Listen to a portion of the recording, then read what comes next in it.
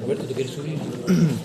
No presenta a ella como asociación. ¿Qué te quieres poner al lado, Roberto? Ajá. Está al lado, Roberto.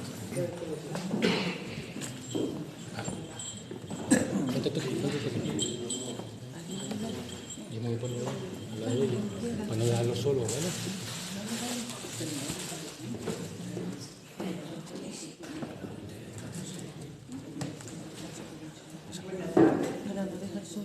Saludos y agradecimiento a las personas de la sala. Muchas gracias por asistir, por poner atención e interiorizar lo que nos narra el ponente. Muchas gracias al Ayuntamiento de Yaiza por interactuar con la ciudadanía organizada y consciente de la importancia que son los actos culturales y que dedica su tiempo y pone su vocación de servicio público celebrando actos como este. La sintonía y fusión con la administración es imprescindible para madurar en convivencia saludable. Muchas gracias al ponente por participar e instruirnos en este apasionante campo de la historia de las islas del naciente canario. Le damos la bienvenida a don Manuel Lobo Cabrera, quien nace el último día del año 50 del siglo pasado. Es doctor en Historia y catedrático emérito de Historia Moderna de la Universidad de Las Palmas de Gran Canaria, institución en la que también ha sido rector durante 2 legislaturas, abarcando el periodo de 1998-2007. Antes de asumir esta responsabilidad, es catedrático de la misma materia en la Universidad de La Laguna, también vicerrector del campus de la Universidad de La Laguna y vicerrector de investigación de la Universidad de Las Palmas de Gran Canaria. Sus investigaciones le han permitido publicar 300 títulos que fundamentalmente tratan de la historia de Canarias con incidencia en sus contenidos económicos y sociales. Asimismo, centra su interés en los grupos humanos colocados al margen de la sociedad, tales como los de condición esclava, las personas expósitas y las ilegítimas.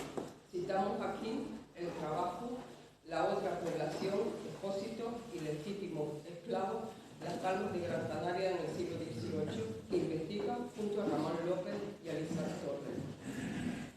En él, a través de él, conocemos algunos aspectos de la marginalidad social de la capital de Gran Canaria, además de explicar las causas y condiciones de vida, así como las razones que motivan la existencia de estas marginalidades.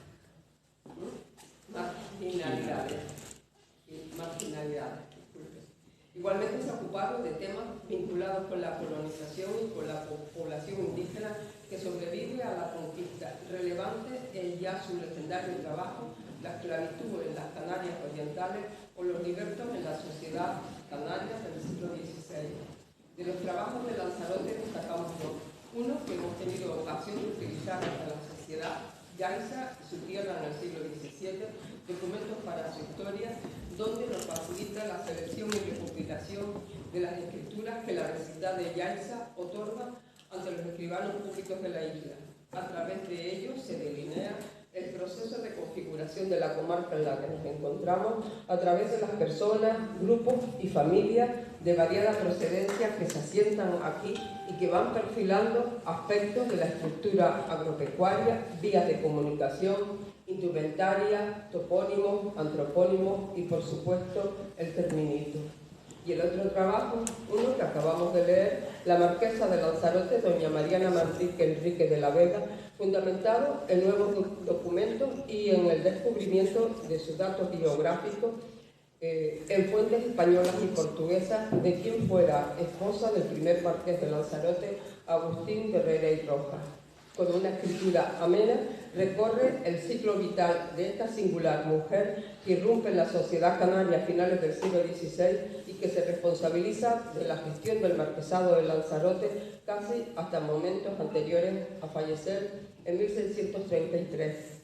También recordamos que en mayo de este año presentó en su casa, que también es la Casa de Colón, su libro Historia de las Palmas de Gran Canaria, de la Fundación a la Invasión, Y un poco antes, en el 1922, publicó el ensayo o biografía histórica El Cabildo Catedral de Canarias y el deán Zoilo Ramírez.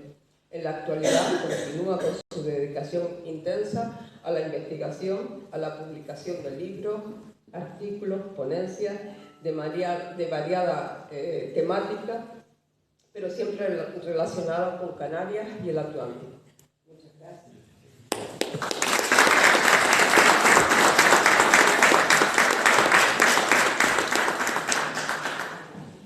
Buenas tardes. Y buenas tardes, muchas gracias a todos por su presencia. Muchas gracias también, señor alcalde, por acudir a este acto. Y muchas gracias, Nora, por la presentación. Lo primero que tengo también que agradecer es a la asociación Pueblo Mao por la invitación y por la sugerencia del tema del cual les voy a hablar.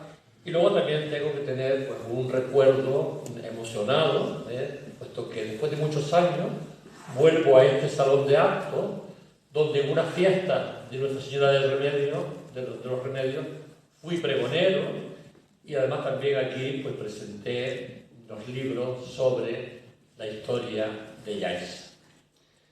Bien, el tema que nos ocupa hoy es la esclavitud en Canarias, pero para poder hablar de la esclavitud en Canarias tenemos que tener en cuenta primero qué entendemos directamente por esclavitud. Esclavitud es el concepto en el cual una persona es propiedad de otra.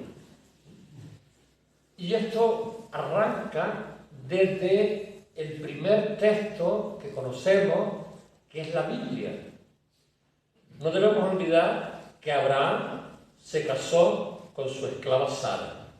Por tanto, esa es una de las referencias más antiguas que hay sobre el tema de la esclavitud. Pero claro, la esclavitud luego tuvo una importancia decisiva en Egipto, en Grecia y en Roma. Especialmente, no podemos olvidar que todos esos elementos patrimoniales que nos dejaron los egipcios, fueron posibles ejecutarlo y hacerlo a través de hombres y mujeres sin libertad.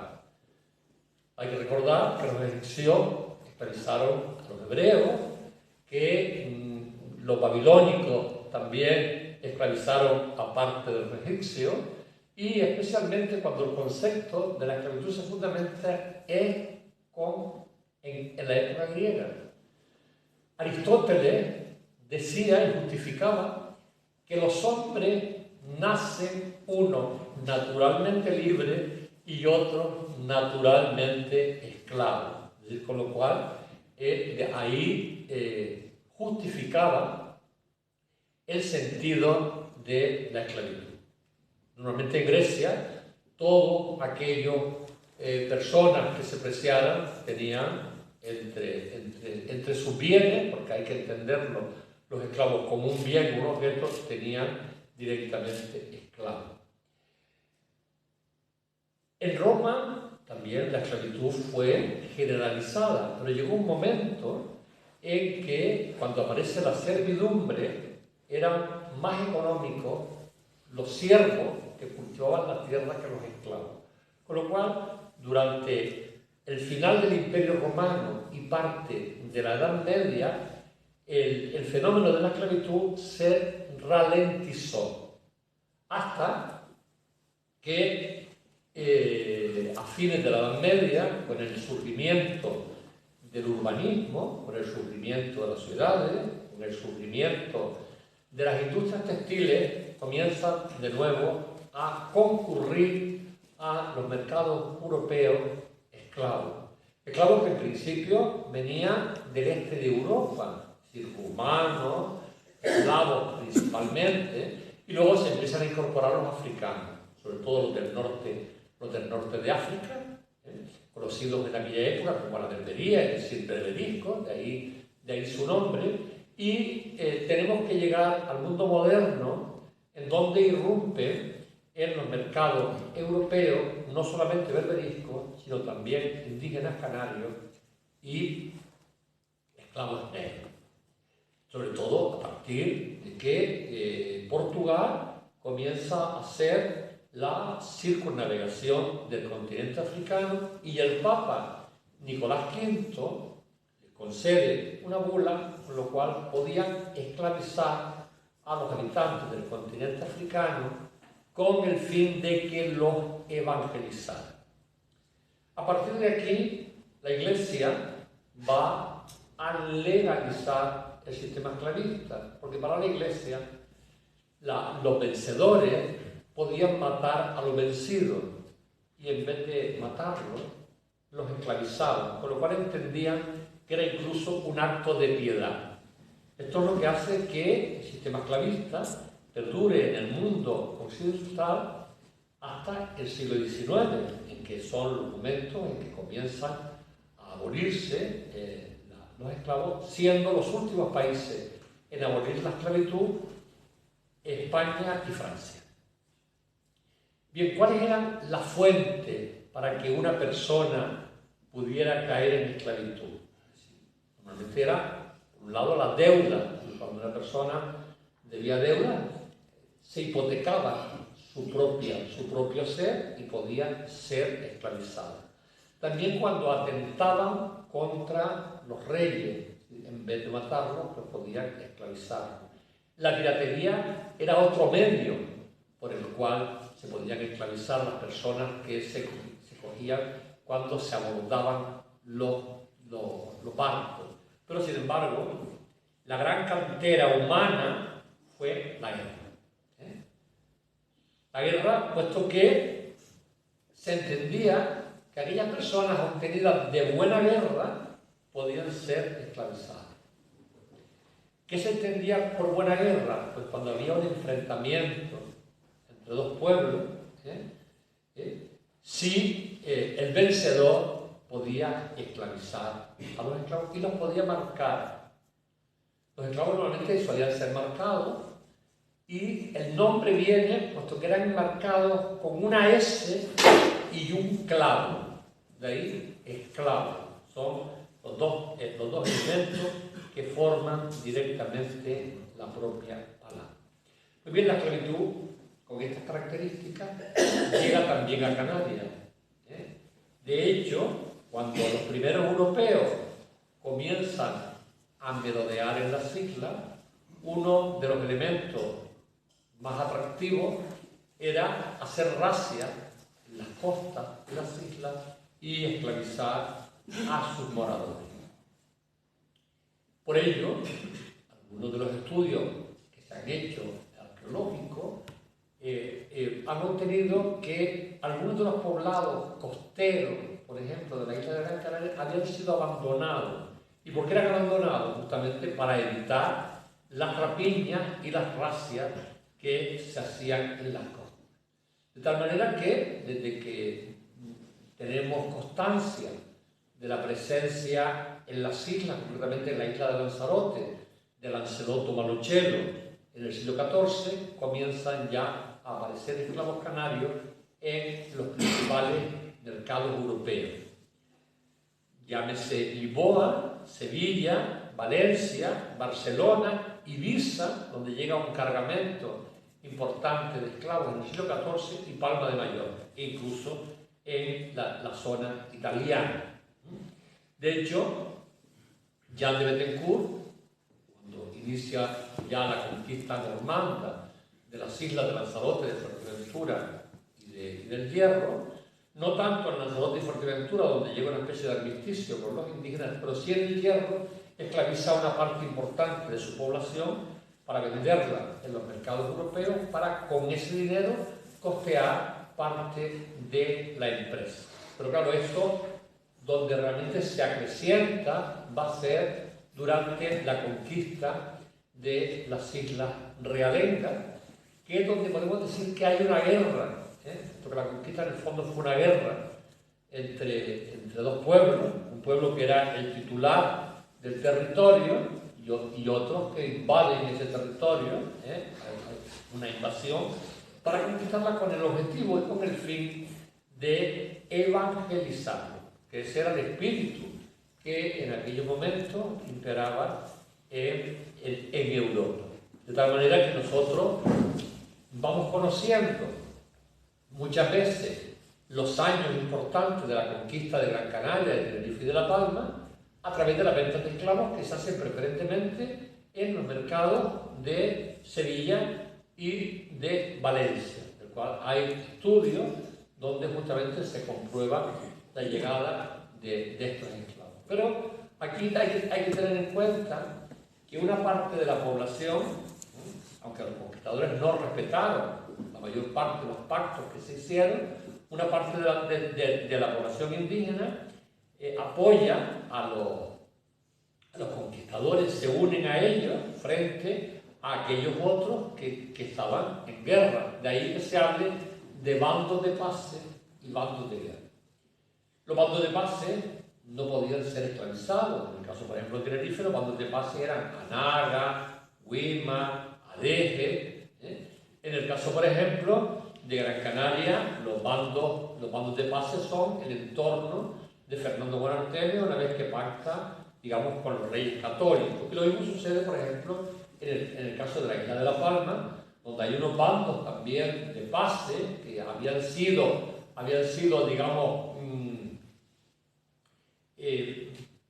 se había hecho sobre ello una acción proselitista a través de una mujer, una indígena, Francisca de Gasmira, que luego se va a convertir en una defensora a ultranza de sus hermanos de raza, puesto que habían sido esclavizados ilegalmente. Porque aquellos esclavos que eran de los bandos de paz no podían ser esclavizados.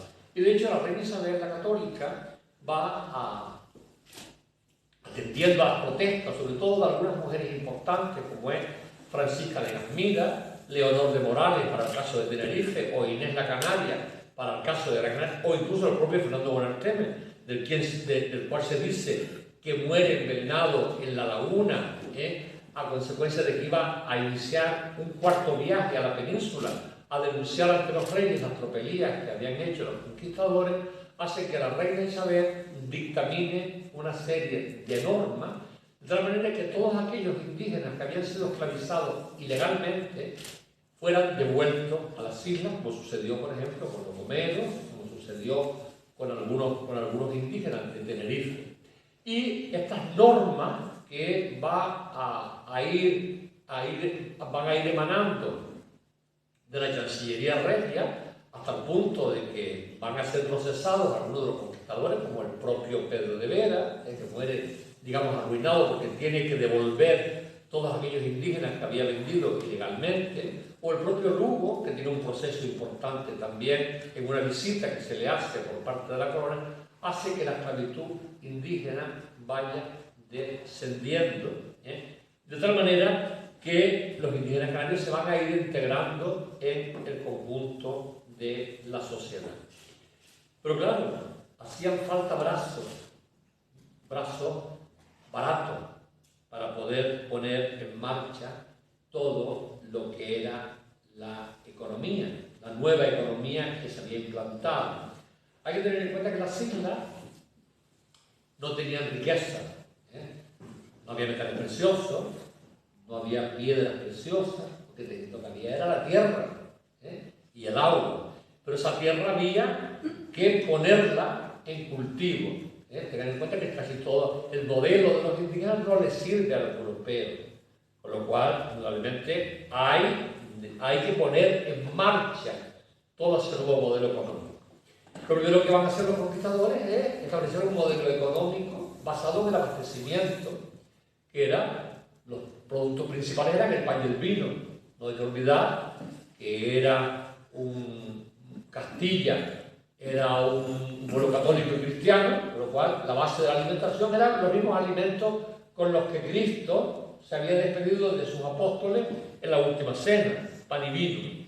Pero claro, eso no era suficiente, porque había que importar todos aquellos productos que las islas no producían. Con lo cual se va a traer un cultivo que había hecho un recorrido largo por todo el Mediterráneo hasta llegar a Madeira, y desde Madeira se introduce primero en Gran Canaria y luego en las islas de Tenerife, La Palma y La Gomera, que es la caña de azúcar.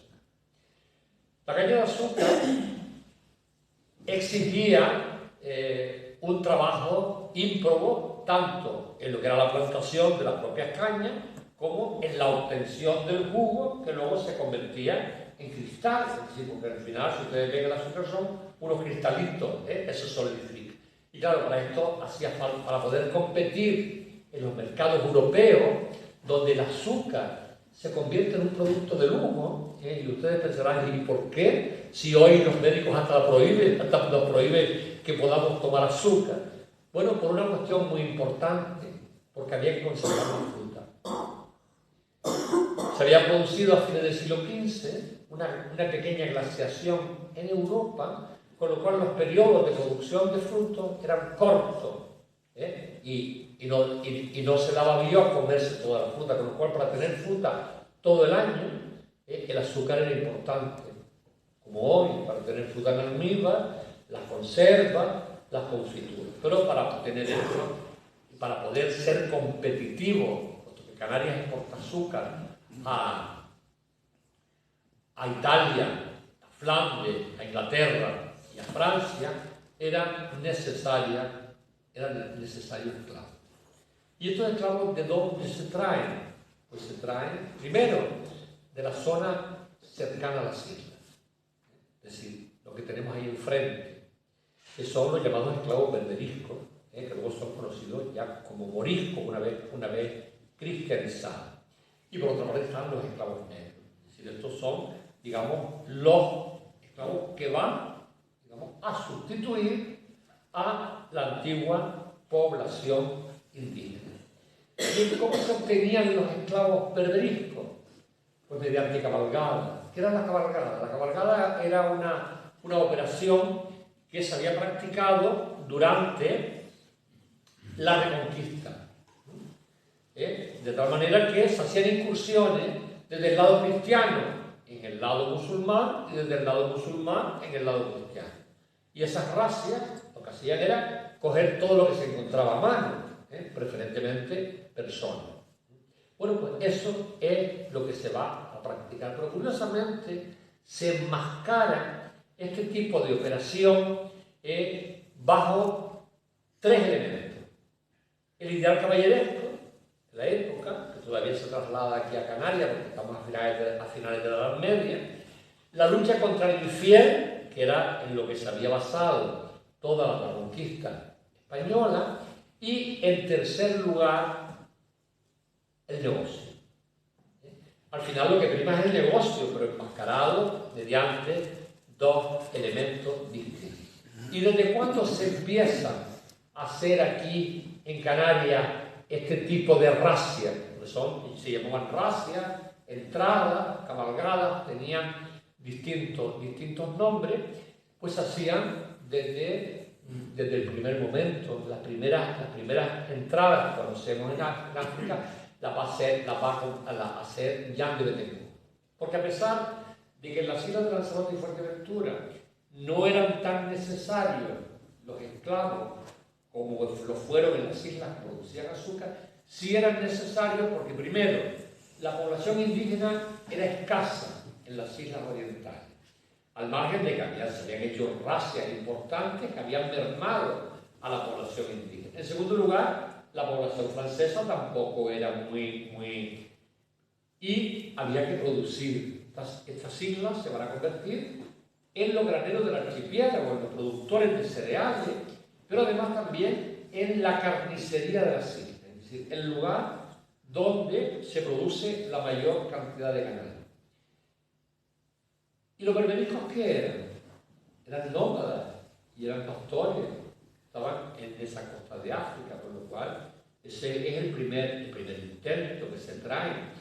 Tanto, Jean de Bettencourt realiza las primeras entradas y luego, bajo la excusa, como les dije antes, de la guerra contra el infiel, de tal manera que los propios reyes, con ese ideal, incitan a que se saltee en África como parte del reflejo del espíritu militar de la Reconquista. Por lo tanto, la zona de Berbería, que ocuparía gran parte de lo que es Mauritania, el antiguo Sáhara español y una parte de Marruecos, entre el Cabo de Aguer y el Río de Oro, pues van a ser la zona donde se van a hacer estas cabalgadas. Y estas cabalgadas van a permitir que realmente en este negocio lo que se haga sean una especie de compañías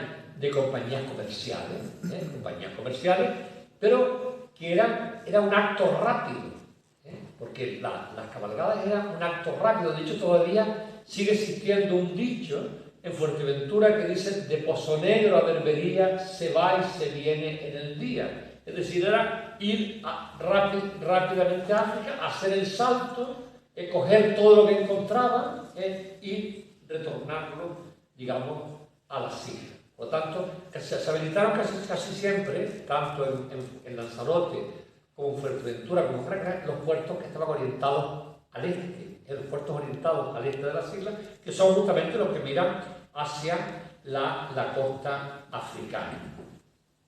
Con lo cual se preparaba una empresa comercial, y en esta empresa comercial, claro, el único costo era invertir en el barco, invertir en la marinería y en los soldados, pero claro, los esclavos se obtenían a bajo costo frente a lo que podía ser comprarlo directamente en el mercado, ¿no? Por tanto, yo he calculado, por ejemplo, que en estas operaciones los que organizaban llegaban a obtener hasta entre el 300 y el 500% de beneficio. Lo cual, claro, porque luego una vez que traían los esclavos, algunos se los repartían entre los que habían invertido, pero el resto de los que traían se vendían. Y hay que observar que los señores de Lanzarote y Fuerteventura y los gobernadores de Gran Canaria y de Tenerife y La Palma hacían estas expediciones hasta 3 y 4 veces al año, con lo cual iban nutriendo directamente las islas de esta población. Bien, además había una operación que se unía muchas veces también a las cabalgadas, que era lo que se llamaban los rescates. Es decir, en estas operaciones que hacían de raza, a veces escogían personas principales, santones, figuras importantes, que luego en son de paz iban a Berbería a rescatarlos, obteniendo muchas veces por estas personas hasta 20 esclavos negros, con lo cual el negocio indudablemente era redondo. Aquí lo que primaba, aparte de nutrir a las islas de una población para que pudiera trabajar en la tierra, lo que primaba, digamos, era el negocio. Con estos rescates, lo que decía, se hacía muchas veces rescate de berberisco y en algunas ocasiones rescates de cristianos, porque también en estos ataques que se hacían los musulmanes apresaban en algunos casos, por ejemplo, a algunos cristianos con los cuales había que negociar. ¿Cuáles son las consecuencias de esto? Bueno, la consecuencia es que hay una población importante de berberisco en las islas, sobre todo en las islas orientales. De manera que, por ejemplo, hoy en día, la gente antigua de Fuerteventura llama a los habitantes de Tuineje, lo llaman los moriscos, porque allí había un número importante de esta población. De tal manera que a fines del 16 se calcula que en estas dos islas más de un tercio de la población eran moriscos. Bien, esto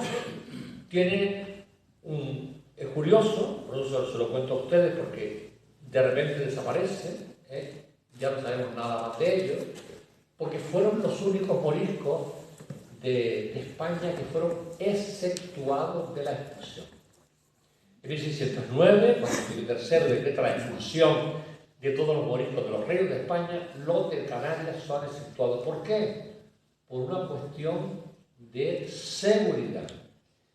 Si expulsaban a los moriscos de Lanzarote y Fuerteventura de las islas, se quedaban sin población que pudiera defenderla en caso de posible ataque. Y luego, además, en 1618, Felipe III dicta una real cédula por la cual estos moriscos se habían quejado al rey de que los seguían vejando, llamándolos perros, putos, moriscos, etc. y el rey los naturaliza, los declara naturales del reino, con lo cual en la documentación ya desaparece, porque ya no se le pone al lado de su nombre el calificativo de su procedencia. Y también hay que decir que estos ataques continuos que se hicieron a la costa africana tuvieron unas consecuencias nefastas para las islas de Lanzarote y Fuerteventura, que fueron atacadas por corsarios berberiscos, tanto de la costa atlántica como incluso del Mediterráneo, desde la zona de Argelia y de Túnez, que son los ataques que sufre Lanzarote en 4 ocasiones: 1569, 1571, 1586 y 1618, en que se cautiva a una parte importante de la población de las islas, que se llevan como esclavos a venderlas en los mercados africanos, sobre todo aquellos que no conseguían ser rescatados.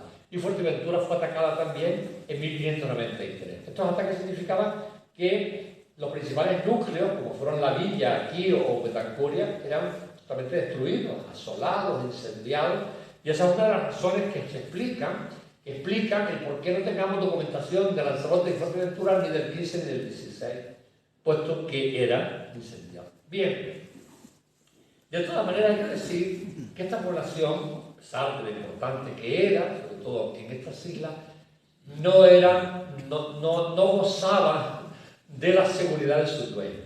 Primero porque eran huidizos. A la primera ocasión que tenían, intentaban huir a Berbería, porque estaban cerca, robaban barcos, se les acusa de ladrones, por lo cual no era un personal idóneo para poner en los ingenios. ¿Y entonces a qué se recurre? A los esclavos negros.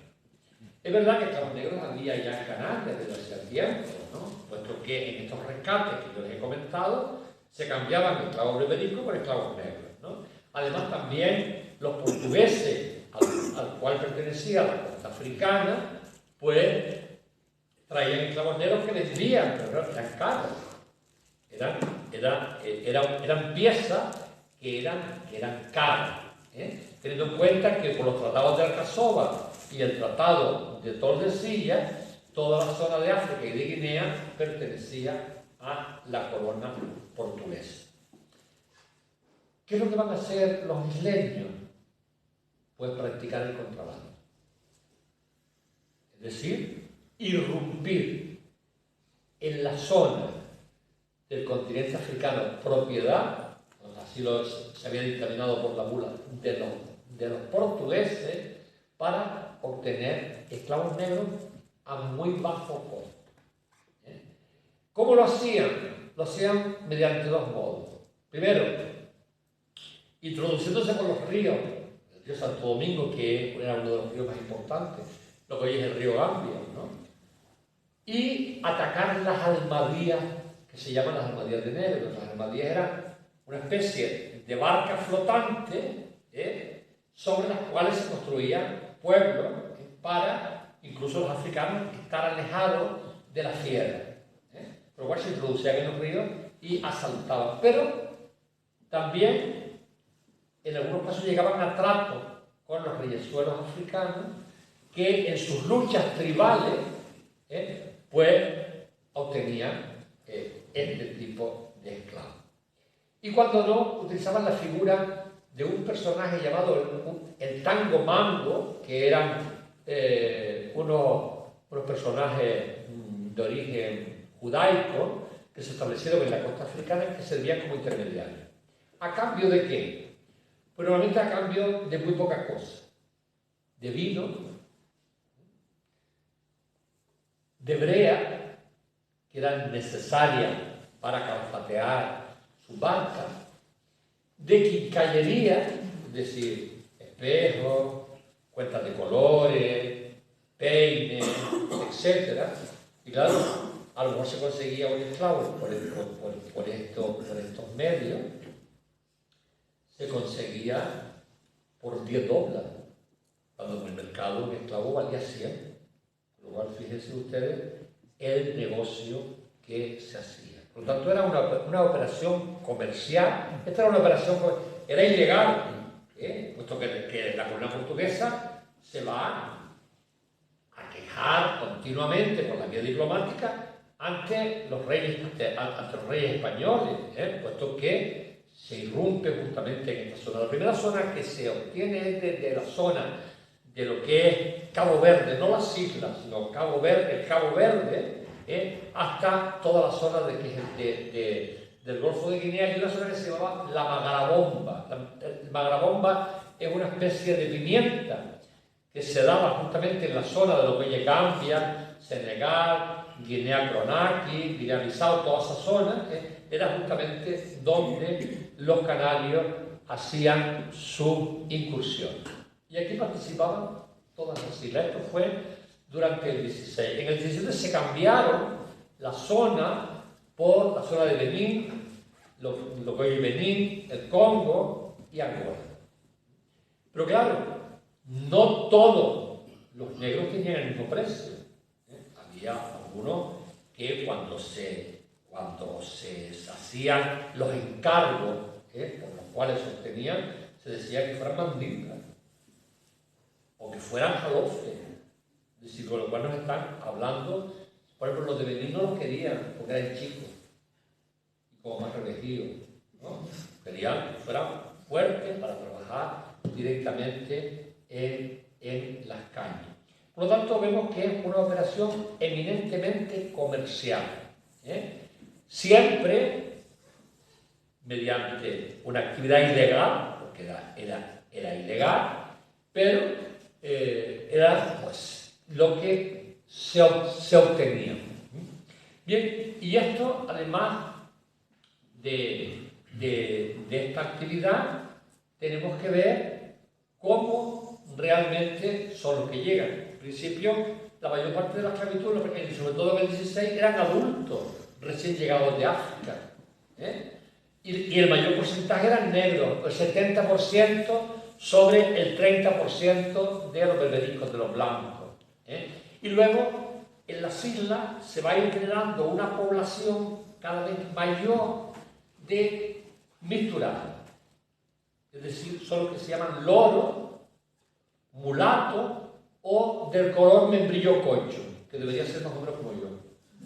Es decir, eso, el color, cuando el membrillo se hace la mermelada, y así aparece justamente en la documentación. ¿Y por qué? Bueno, porque se obtiene pues, a través de la natalidad, porque se van a producir una serie de cruces importantes entre las esclavas negras y los blancos. Teniendo en cuenta que las esclavas eran preferidas en muchas ocasiones frente a los hombres y obtenían un precio mayor porque se entendía que eran vientres fecundos que podían engrosar el ganado humano que querían tener, con lo cual esto es lo que va a producir que en los libros sacramentales del siglo XVII pues nos encontremos con una población importante de esclavos nacidos ya en las islas, que son los que en los documentos se les llama esclavos criollos, porque los criollos son aquellos, un término que aquí ha desaparecido, que se usa mucho en América, pero criollos son los que nacen en la tierra hijos de padre o madre foráneos. ¿Y por qué? Porque normalmente, de acuerdo con la legislación, los esclavos seguían la condición de su madre. Es decir, aunque el padre fuera libre, si la madre era esclava, la criatura que nacía era esclava. Y ese es el otro, digamos, el otro grupo que va a engrosar la esclavitud. Perdón, pero se me seca la garganta. Que va a engrosar la esclavitud en el archipiélago canario.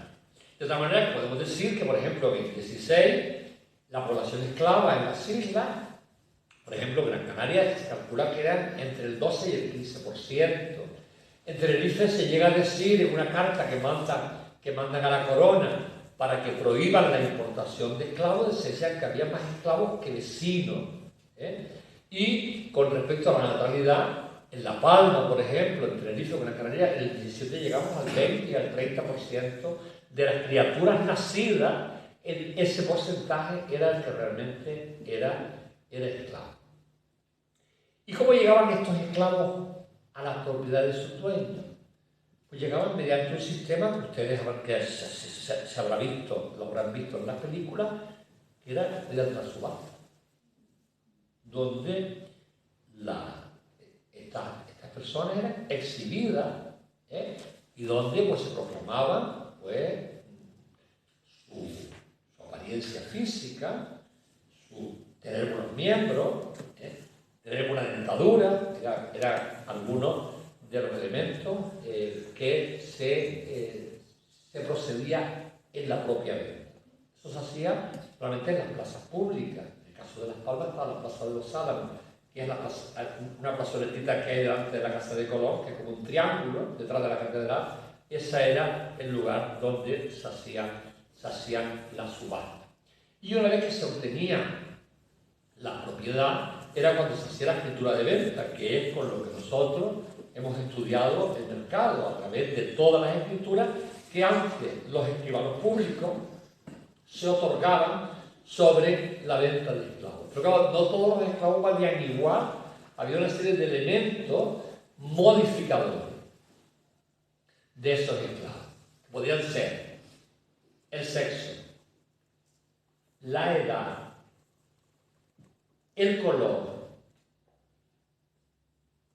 el no tener tacha. No tener tacha es ni ser borracho, ni huidor, ni ladrón, es decir, que fueran más o menos gente que no tuviera defectos físicos. Todos estos elementos eran los que modificaban directamente el precio. Claro, los precios más altos se conseguían siempre entre 15 y 30 años. Normalmente a partir de 30 años ya para la época se consideraba una persona vieja. Y antes de los 15 se consideraban que había que estar manteniéndolos todavía, puesto que no tenían la suficiente capacidad para trabajar. Por lo cual estos eran todos los elementos que tenemos con respecto a la modificación. Y luego, ¿dónde se empleaban? Pues ya les comenté antes, principalmente en el azúcar, pero no había ninguna actividad económica en la cual los esclavos no estuvieran presentes. Por ejemplo, no había ningún artesano que no tuviera un esclavo entre sus bienes para que le ayudaran, como peones, aunque algunos obtenían luego el oficio de sastre, de zapatero, de cantero, pero todos los artesanos solían tener un esclavo. Los pregoneros solían ser también esclavos. Las propias administraciones públicas que tenían la obligatoriedad de tener un pregonero, que era el elemento de comunicación que había en aquellos momentos en la sociedad, pues solía ser, digamos, también un esclavo. El azúcar, ya les comenté, la ganadería. No hay que olvidar que en esas razas que se hacían a berbería se importaron también elementos que nosotros hemos asumido como nuestros después de tantos siglos, como eran los camellos y los burritos. Los burritos de Fuerteventura vinieron desde ahí enfrente. Y los camellos, que eran, en el fondo eran dromedarios, también vinieron de ahí enfrente. ¿Y quién los conocía mejor que nadie? Los berberiscos. Estaban acostumbrados directamente a tenerlo. Y luego había una parte importante en el servicio doméstico, especialmente las mujeres.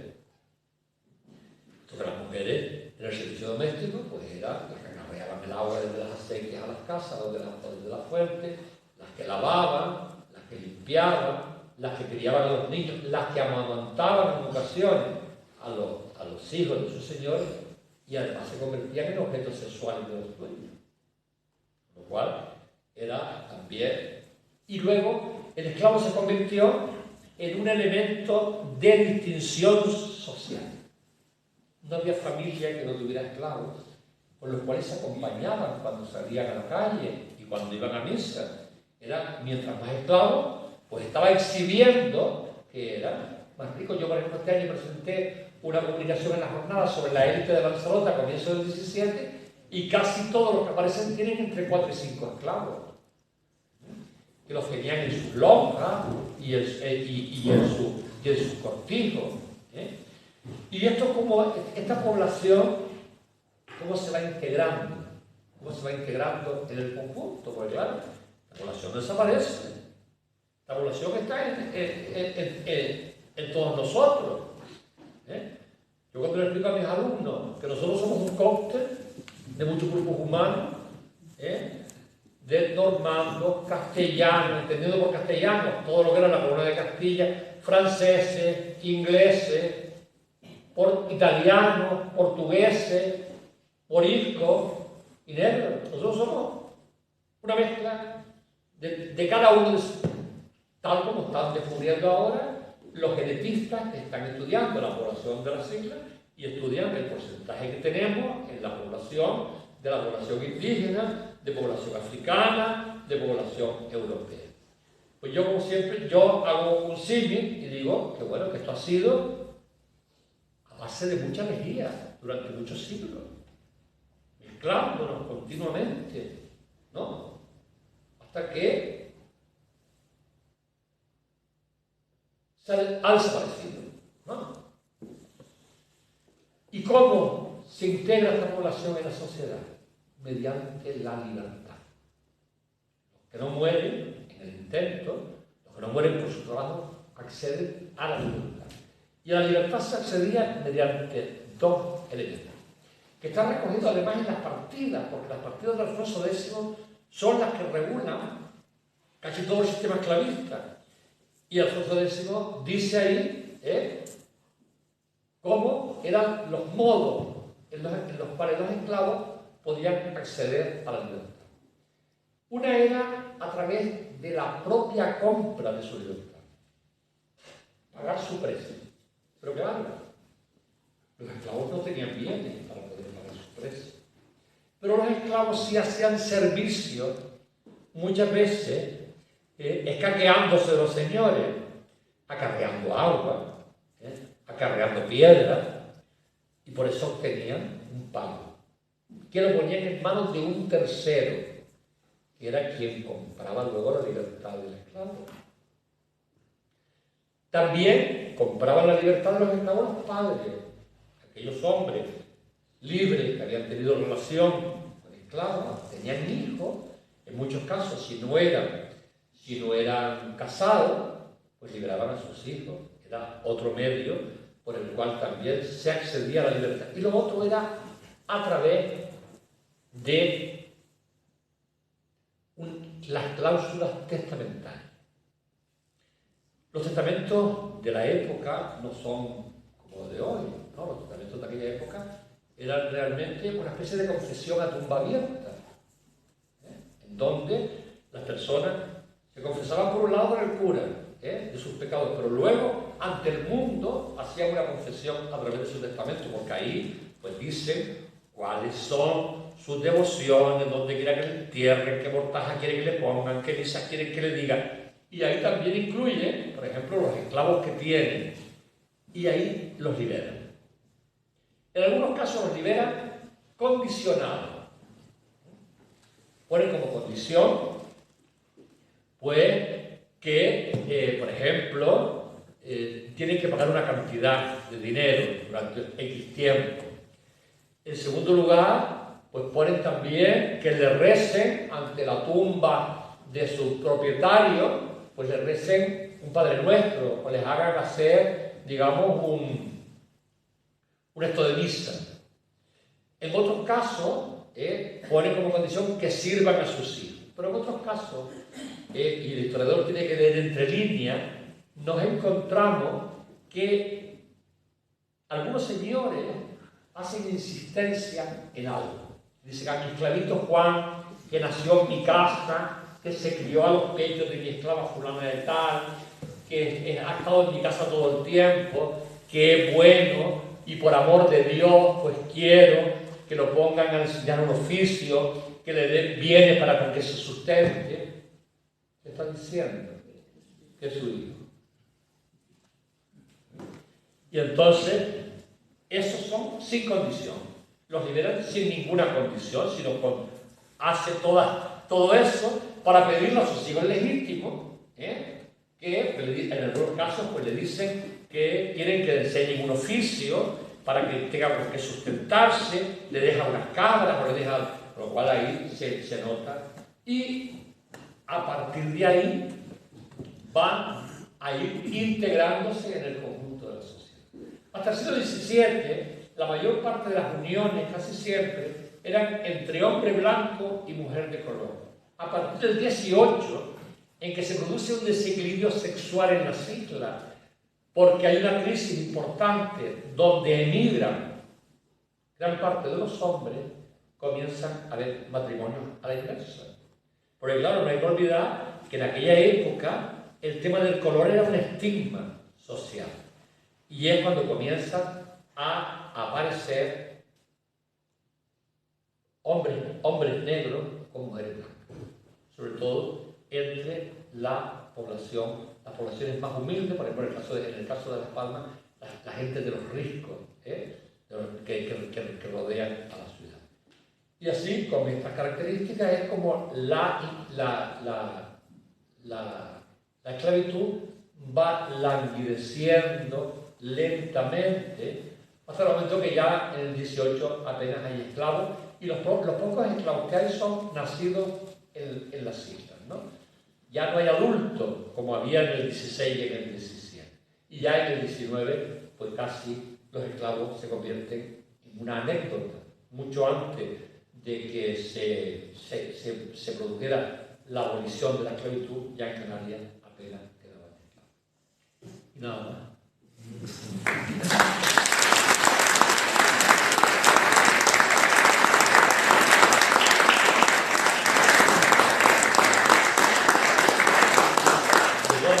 Si alguien tiene interés, estamos aquí entre amigos, en alguna pregunta o alguna cuestión que no les haya quedado clara, pues yo no tengo prisa. Mi avión sale mañana. Manuel, quería preguntarle, aprovechando que usted está aquí, sobre qué fue de Guadarfía después de todo el tema de la conquista con el nombre de Luis. Luis. Claro. Pero se sabe, hay documentación de qué pasó después con él. La documentación que tenemos es de una descendiente de él, que es doña María de Betancourt, que supuestamente es la hija de Teguise. Teguise tuvo dos hijas. Teguise se llamó luego doña María. Dos hijas, María de Betancourt y la otra es Margarita. María se va con su padre cuando su padre es aquí perseguido porque había hecho, Mació de Betancourt, había hecho una serie de tropelías. Él se va a Madeira y se lleva a una de sus hijas. No se lleva ni a su mujer ni a la otra hija.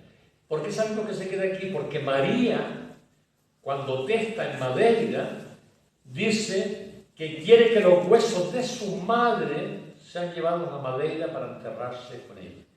Y aquí queda la rama. Betancourt a través de María, pero Betancourt tiene, por dos vías, tiene sangre indígena. Puesto que María casa con otro Mació de Betancourt, que a su vez tiene un hijo que se llama Mació de Betancourt, que casa con Tenesoya, la famosa doña Luisa de Betancourt, que además fue también una de las que defendía a los indígenas porque impedía que la justicia entrara en sus tierras a buscar.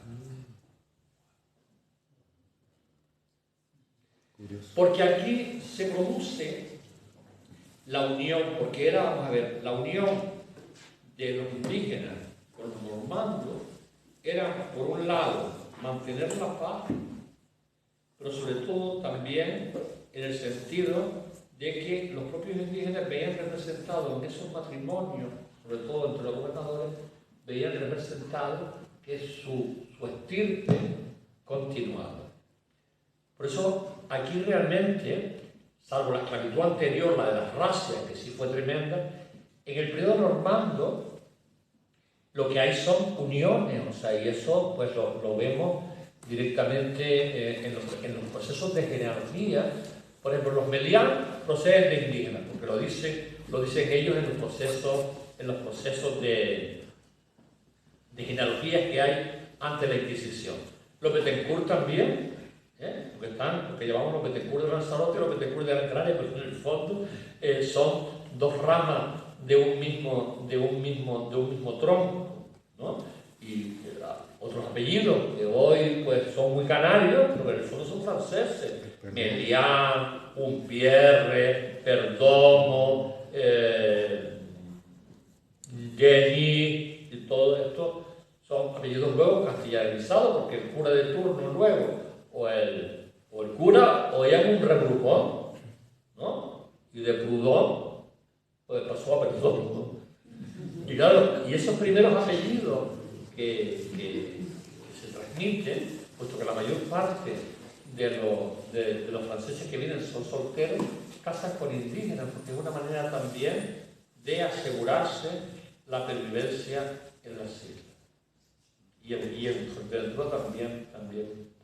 Curioso, porque la semana pasada se puso en contacto con la asociación una chica de Gran Canaria que había hecho un estudio genealógico y llegaba a Teguise.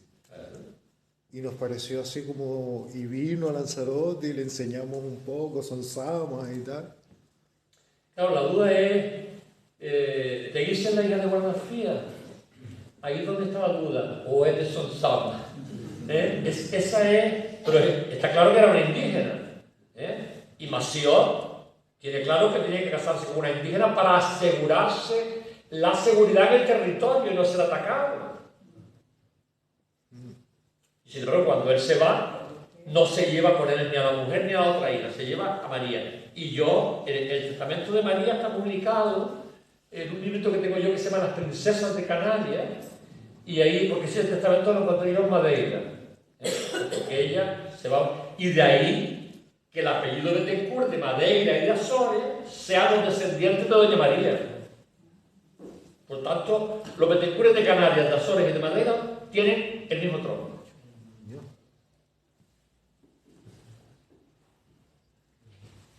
¿Alguna? Sí, una cosa, el apellido Berrier, que... ¿El apellido? Berrier, viene de Berrier. ¿De Berrier? Porque hay una rama aquí de Lanzarote. Claro, pero el de Berrier, con el de Berrier, que es el capellán, viene un hermano de él. Pero que era carpintero, porque hay una rama de carpinteros aquí que son Berrier, gente que trabaja en madera en Lanzarote. Berrier no entiendo por qué. Sí, bueno, pues han pasado también a Tenerife y... Sí, bueno, luego se ha entendido porque el Perdomo está también en América. Pero es un apellido que tiene su origen ahí, porque es la castellanización de un apellido francés. Todos estos que están, los Santanas que están en Cuba, en Venezuela, ¿de dónde son? De aquí. Los Santanas eran los hijos de Santa Ana, que eran los niños expósitos que se ponían en la puerta de la catedral, y el Santa Ana se apostrofa y se convierte en Santa Ana, que es un apellido canario. Curioso. No hay en ningún otro sitio, lo que pasa es que hoy está regado por todo el mundo, ¿no? Puesto que nosotros hemos tenido una inmigración muy fuerte. Y no se dice que hay una rama judía santana que fueron expulsados. No, esos son los de Santa Ana. Ah. Eso viene de la Biblia.